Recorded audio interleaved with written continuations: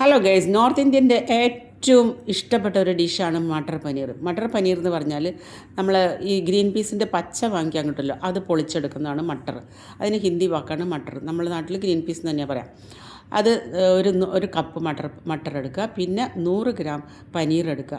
പിന്നെ അതിലേക്ക് വേണ്ട ഗ്രേവിക്ക് വേണ്ടിയിട്ട് നമ്മൾ ഒരു സവോള അരിഞ്ഞത്, 3-4 പച്ചമുളക്, ഒരു കഷ്ണം ഇഞ്ചി, 2-3 അല്ലി വലിയ അല്ലി വെളുത്തുള്ളി, പിന്നെ കുറച്ച് കശുവണ്ടിപ്പരിപ്പ്.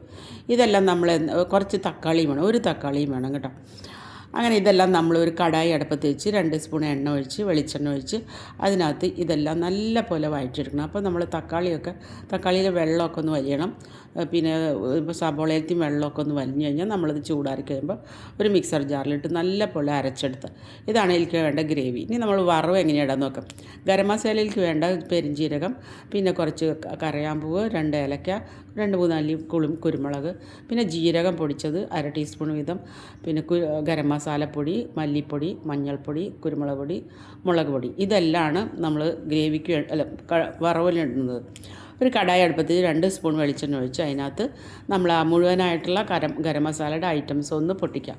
അത് നന്നായി ചൂടായി പെരിഞ്ജീരകമൊക്കെ ഒന്ന് പൊട്ടി വരുമ്പോൾ നമുക്ക് അതിലേക്ക് ഒരു സബോള അരിഞ്ഞതിടാം. നല്ല ചെറുതായിട്ട് അരിഞ്ഞിട്ട് ഇടണം. അത് നല്ലപോലെ വറുത്തെടുക്കാനുള്ള നല്ല ചുമന്ന നിറത്തിൽ വറവായി കഴിയുമ്പോൾ നമുക്ക് അതിലേക്ക് നേരത്തെ എടുത്തു വെച്ചിട്ടുള്ള ആ പൊടിയെല്ലാം ഒരുമിച്ച് ചേർക്കാം. അപ്പോൾ തീ കുറച്ച് അടി കരിയാതെ പതുക്കെ ഒന്ന് മൊരിച്ചെടുക്കുക. ആ പച്ചമണമൊക്കെ ഒന്ന് മാറുമ്പോൾ നമ്മൾ നേരത്തെ അരച്ച് വെച്ച ആ ഗ്രേവി അതിനകത്തോട്ട് ഒഴിക്കാം. ഗ്രേവി ഒഴിച്ചിട്ട് നല്ലപോലെ ഇളക്കി യോജിപ്പിച്ച് അതിലത്തെ വെള്ളമൊക്കെ നല്ലപോലെ വലിയാനായിട്ട് തീ ഒന്ന് കൂട്ടിയിടുന്നത് നല്ലതാണ്. കൂട്ടിയിട്ട് ഒരു 5 മിനിറ്റ് ഇളക്കി വരുമ്പോഴേക്കും അത് വറ്റി വരുമ്പോൾ എണ്ണ കുറവാന്ന് തോന്നുന്നുണ്ടെങ്കിൽ 1 ടീസ്പൂൺ 2 ടീസ്പൂൺ നമ്മുടെ ആവശ്യത്തിനനുസരിച്ച് എണ്ണ ഒഴിക്കാം. ഇളക്കി അടി കരിയാതെ നല്ലപോലെ ഇളക്കി യോജിപ്പിച്ചതിന് ശേഷം കുറച്ച് ആ ഗ്രീൻ പീസ് വേവിച്ച് വെച്ച ഗ്രീൻ പീസാണ് കേട്ടോ, അത് പച്ചയല്ല.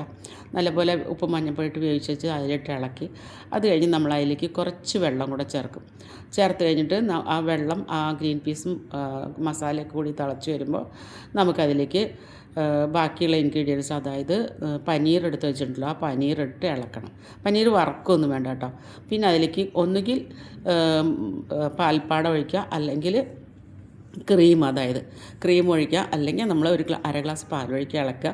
തിളച്ച് കഴിയുമ്പോൾ നമ്മളെ കറി റെഡിയാണ്. ഉണ്ടാക്കാനും എളുപ്പമാണ്, കഴിക്കാനും ടേസ്റ്റാണ്. North Indians favourite ഡിഷാണിത്.